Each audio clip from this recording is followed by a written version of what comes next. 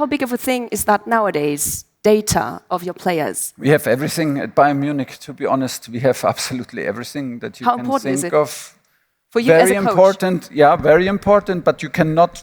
I think you cannot forget to rely on your experience. You cannot forget to rely on what you see, how this feels that you see, and on the energy that you have and the experience that you have on the pitch with the players.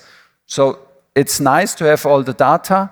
In the end, you need to find the data that matches to your style, how you want to have the game played, because not every data has a meaning to the style of the match that you want to play. And so you need to try and be brave to reduce yourself, not get confused by all the data we have. For a club, it's very important to have all the data. For us as a coach, it's important to reduce it. And then from the reduced data, reduce it again and give the minimum input to the players to be clear in your decision, clear in your demands, and give them enough freedom to put their creativity in. So I don't think they should feel like totally, they know that they are tracked and everything, but they should not be coached by data. Yeah. But also by the feeling and by the feeling for them to put the creativity in a certain frame.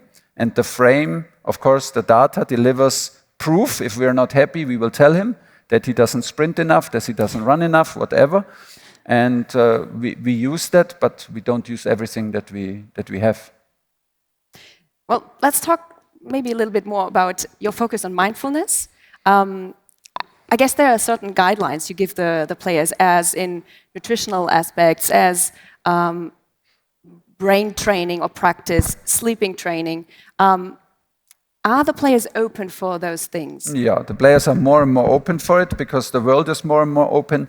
They see the best athletes in the world doing it. So this is the biggest motivation for them to also follow. It's very easy to demand these things from the players. They are very open to these things. This is absolutely not a problem. And of course, we did a lot of stuff. We were always a coaching staff that tried new things and tried to think outside the box when we were convinced. Normally, we tried it ourselves. If it was good for us, we tried it with a team.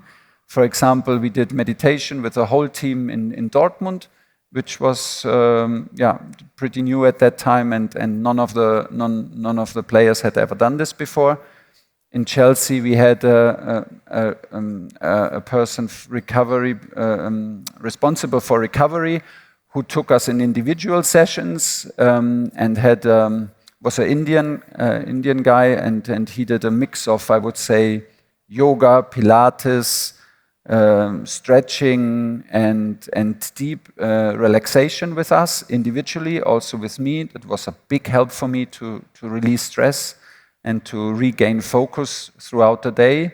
So that was very impressive, and from that you learn. But you can be mindful when you are together, and you can be respectful when you are together, and you can be aware that, like how the food is prepared, and I have a sense for that, like how we interact with the kitchen guys, how we interact with the bus drivers, how we interact with the guys who are doing security in these kind of temperatures.